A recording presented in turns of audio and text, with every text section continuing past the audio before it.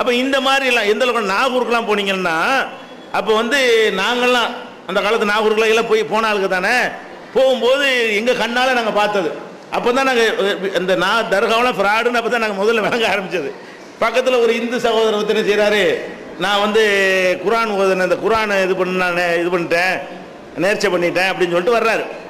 இந்து அவர் ஏதோ நோயாளி வச்சிருக்கு, நாகூர் ஆண்டவருக்கு போய் நான் குரானை போய் என்ன செஞ்சிடறேன், வழங்கிடுறேன், ஓதிடுறேன்னு சொல்லி பண்ணிட்டு வந்தார் போல இருக்கு. இவங்கிட்ட சொல்கிறாரு, இவன் என்ன செய்கிறான், இவன் ரூபாயை கொடு, 101 ரூபா கொடுன்னு கேட்குறாங்க. வாங்கிட்டு என்ன செய்கிறான்னு கேட்டால் நூல் எடுக்கிறாங்க, ஒரு முடிச்சு அவுத்து விட்றாங்க. என்னடான்னு கேட்டால் ஓதியாச்சு. இல்லை குரான் இவ்வளோ பெருசாக இருக்குது, அதுக்குள்ளே இப்படி ஓதுனீங்க?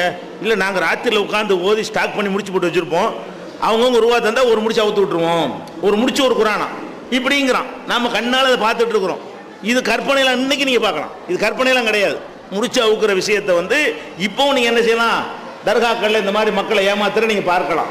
அப்போ இது எப்படி இது சாத்தியமாகும்? அப்போ ரசூல் ஸல்லல்லாஹு அலைஹி வஸல்லம் இந்த மாதிரிலாம் செஞ்சாங்களா? முடிச்சில் ஊதி அவுத்துற அது மாதிரி வேலையை செஞ்சாங்களா? செய்யவே கிடையாது. அப்போ இது ஒரு ஃப்ராடுன்னு விளங்குது.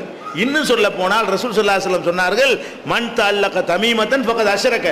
யார் ஒருத்தன் தாயத்தை தொங்க விட்டுக் கொள்கிறானோ அவன் அல்லாஹ்வுக்கு இணை கற்பித்து விட்டான்.